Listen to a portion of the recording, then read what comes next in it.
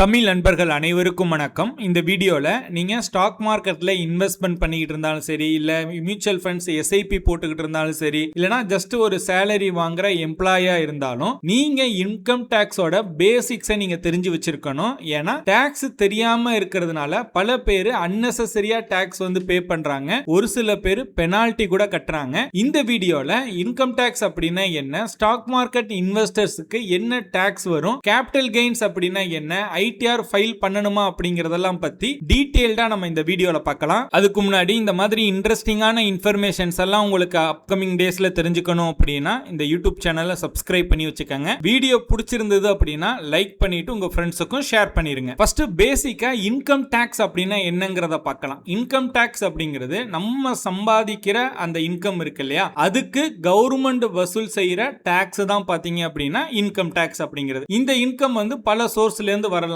Salary இன்கமா இருக்கலாம், business இன்கமா இருக்கலாம், rental இன்கமா இருக்கலாம், இன்ட்ரெஸ்ட் இன்கமா இருக்கலாம், இல்ல ஸ்டாக் மார்க்கெட்ல இருந்து வரக்கூடிய உங்களோட ப்ராஃபிட் அது இருக்கு இல்லையா.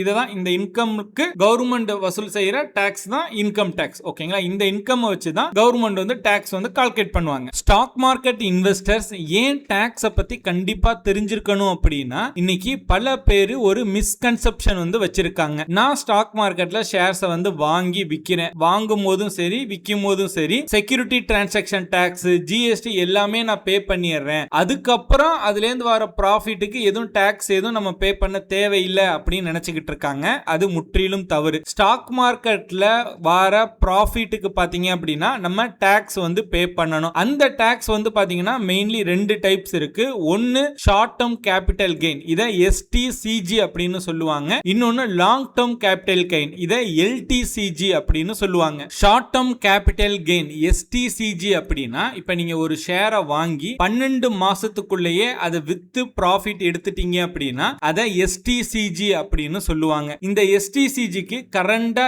என்ன டாக்ஸ் ரேட் பாத்தீங்க அப்படின்னா 20%. இப்போ ஒரு எக்ஸாம்பிளுக்கு, இப்போ இன்னைக்கு நீங்க ஒரு 1 lakh கொடுத்து ஒரு ஷேர்ஸ் வாங்குறீங்க. 12 மந்த்ஸ்க்குள்ளே பாத்தீங்க அப்படின்னா அதை 1.5 lakhsக்கு விக்கிறீங்க. ஓகேங்களா, இப்போ உங்களுக்கு ப்ராஃபிட் பாத்தீங்க அப்படின்னா 50,000. இந்த 50,000 ப்ராஃபிட்டுக்கு பாத்தீங்க அப்படின்னா 20% எஸ்டிசிஜி டாக்ஸ் அப்ளிகபிள் ஆகும். Long term capital gain tax, அதாவது எல்டிசிஜி அப்படின்னா, ஒரு லிஸ்டட் ஷேர் அல்லது ஈக்விட்டி மியூச்சுவல் ஃபண்ட்ஸை 12 மாதத்திற்கு மேல நீங்க ஹோல்டு பண்ணி அதை செல் பண்ணீங்க அப்படின்னா அதுதான் எல்டிசிஜி அப்படின்னு சொல்லுவாங்க. இப்ப கரண்டா எல்டிசிஜியோட டாக்ஸ் ரேட் பாத்தீங்கன்னா 12.5%. ஆனா இதுல ஒரு முக்கியமான பெனிஃபிட் இருக்கு. ஒரு பினான்சியல் இயர்ல முதல் 1.25 lakhs வரையும் பாத்தீங்க அப்படின்னா எல்டிசிஜிக்கு டாக்ஸ் ஃப்ரீ கொடுக்கறாங்க. அதாவது 1.25 lakhs ப்ராஃபிட் தாண்டற வரையும் பாத்தீங்க அப்படின்னா உங்களுக்கு டாக்ஸ் கிடையாது.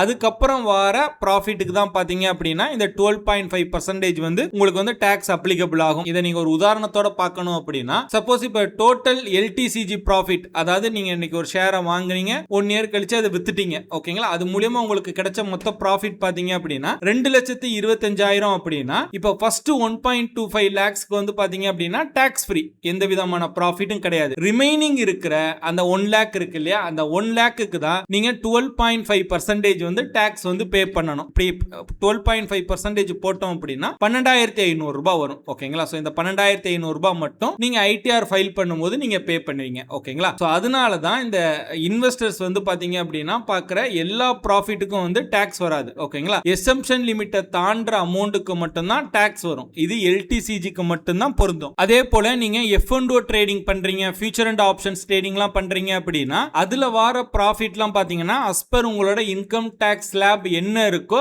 அதன்படி நீங்க டாக்ஸ் பே பண்ணணும். நெக்ஸ்ட் ஸ்டாக் மார்க்கெட்ல பாத்தீங்க அப்படின்னா டிவிடெண்டுக்கு நீங்க ஸ்டாக்ஸ், டிவிடெண்ட் ஸ்டாக்ஸ் வாங்கி வச்சிருக்கீங்க அப்படின்னா ஸ்டாக்ஸ் உங்களுக்கு டிவிடெண்ட் கொடுக்கும் இல்லையா, இந்த டிவிடெண்ட் இன்கம் கூட டாக்ஸபிள் இன்கம் கன்சிடர் பண்ணுவாங்க. அதனால இந்த டிவிடெண்ட் ஸ்டேட்மெண்ட்லாம் பாத்தீங்க அப்படின்னா கண்டிப்பா நீங்க மெயின்டைன் பண்ணணும். அண்ட் இந்த மியூச்சுவல் ஃபண்ட் இன்வெஸ்டர்ஸ்லாம் இருக்கு இல்லையா, அதுல இந்த equity mutual funds, hybrid mutual funds, டெப்ட் மியூச்சுவல் ஃபண்ட்ஸ், இந்த மாதிரி ஒவ்வொரு மியூச்சுவல் ஃபண்ட்ஸுக்கும் பாத்தீங்க அப்படின்னா ஒவ்வொன்றுக்கும் டாக்ஸ் ட்ரீட்மெண்ட் வேறுபடலாம். ஓகேங்களா, சோ அதனால ரிடம்ஷன் செய்யறதுக்கு முன்னாடி டாக்ஸ் இம்பாக்ட பத்தி கண்டிப்பா நீங்க தெரிஞ்சிருக்கணும். ஏன் நிறைய பேர் என்ன எல்லாருமே ஐடிஆர் ஃபைல் பண்றது ரொம்ப முக்கியம் அப்படின்னா, இன்னைக்கு பல பேர் நினைக்கிறாங்க டாக்ஸ் வரல அப்படின்னா ஐடிஆர் ஃபைல் பண்ண தேவையில்லை அப்படின்னு. ஆனா ஐடிஆர் ஃபைல் பண்றதுனால உங்களுக்கு பல பெனிஃபிட்ஸ் இருக்கு. ஒன்னு, லோன் ஈஸியா அப்ரூவ் அப்ரூவ் பண்ணிடுவாங்க. விசா ப்ராசஸிங், இன்கம் ப்ரூஃபா வந்து நீங்க ஐடிஆர் ஃபைல் பண்ற அக்னாலஜ்மெண்ட்டை காட்டலாம். இன்கம் கிரெடிட்டபிலிட்டி, இதுக்காகவே நிறைய இன்வெஸ்டர்ஸ் பாத்தீங்க அப்படின்னா ஐடிஆர் வந்து ஃபைல் பண்றாங்க. அண்ட் அது மட்டும் இல்லாம இப்ப நீங்க ஸ்டாக் மார்க்கெட்ல ப்ராஃபிட் பார்த்திருந்தா மட்டும்தான் ஐடிஆர் ஃபைல் பண்ணணும் அப்படிங்கிறது கிடையாது. இப்ப நீங்க F&O ட்ரேடிங் பண்றீங்க, அது மூலமா உங்களுக்கு லாஸ் வந்திருக்கு அப்படின்னாலுமே நீங்க வந்து ஐடிஆர் வந்து ஃபைல் பண்ணலாம். பிகாஸ் நீங்க அந்த லாஸை அடுத்த 8 வருஷத்துல எப்ப வேணாலும் பாத்தீங்க அப்படின்னா நீங்க செட் ஆஃப் பண்ணிக்கலாம். சோ நீங்க ப்ராஃபிட் வந்தாலும் ஐடிஆர் வந்து ஃபைல் பண்ணணும், லாஸ் வந்தாலும் ஐடிஆர் ஃபைல் பண்ணணும். ரெண்டுக்குமே நமக்கு பெனிஃபிட் இருக்கு. ஒரு stock market investors and traders பாத்தீங்க அப்படின்னா கண்டிப்பா ஒரு சில டாக்குமெண்ட்ஸ் வந்து நம்ம மெயின்டைன் பண்ணணும். ஒன்னு புரோக்கரோட P&L report, annual P&L report, capital gain statement, dividend statement, பேங்கோட statement, AAS and form 26AS, இந்த டாக்குமெண்ட்ஸ் எல்லாம் இருந்தது அப்படின்னா நீங்க டாக்ஸ் ஃபைல் பண்ணும்போது ஈஸியா வந்து ஃபைல் பண்ணிடலாம். இந்த வீடியோ பார்த்துக்கிட்டு இருக்க உங்களுக்கு பாத்தீங்கன்னா ஐடிஆர் இன்கம் டாக்ஸ் ஃபைல் பண்ணணும் அப்படின்னா டிஸ்கிரிப்ஷன்ல நான் கூகுள் ஃபார்மோட லிங்க் நான் கொடுத்திருக்கேன். அந்த ஃபார்ம் வந்து நீங்க ஃபில் அப் பண்ணுங்க. நம்மளோட டீம் மெம்பர்ஸ் வந்து உங்களை காண்டாக்ட் பண்ணி ஐடிஆர் ஃபைல் பண்றதுக்கு உங்களுக்கு ஹெல்ப் பண்ணுவாங்க. அதுக்கு ஒரு மினிமம் சார்ஜ் வந்து சார்ஜ் பண்ணுவோம். சார்ஜ் டீடைல்ஸ் எல்லாமே கூகுள் ஃபார்ம்ல இருக்கு, செக் பண்ணி பாருங்க. அண்ட் ரொம்ப முக்கியமா பாத்தீங்க அப்படின்னா TDS எதுவும் டிடெக்ட் ஆயிருக்கு அப்படின்னா அதெல்லாமே கிளைம் பண்றதுக்கு உங்களுக்கு நாங்க ஹெல்ப் பண்ணுவோம். சோ மறக்காம கூகுள் ஃபார்ம் வந்து நான் டிஸ்கிரிப்ஷன்ல கொடுத்திருக்கேன், கிளிக் பண்ணி ரெஜிஸ்டர் பண்ணுங்க. சோ அவ்வளவுதான் இந்த வீடியோ பிடிச்சிருந்ததுன்னா லைக் பண்ணுங்க. வீடியோ பற்றின உங்களோட கருத்துக்கள், சந்தேகங்கள் எதுவா இருந்தாலும் கீழே கமெண்ட் பண்ணுங்க. இந்த மாதிரி ஸ்டாக் மார்க்கெட் ரிலேட்டடா நிறைய இன்ஃபர்மேஷன் அப்டேட்ஸ் எல்லாம் தெரிஞ்சுக்கணும் அப்படின்னா இந்த யூடியூப் சேனலை சப்ஸ்கிரைப் பண்ணி வச்சுக்கோங்க.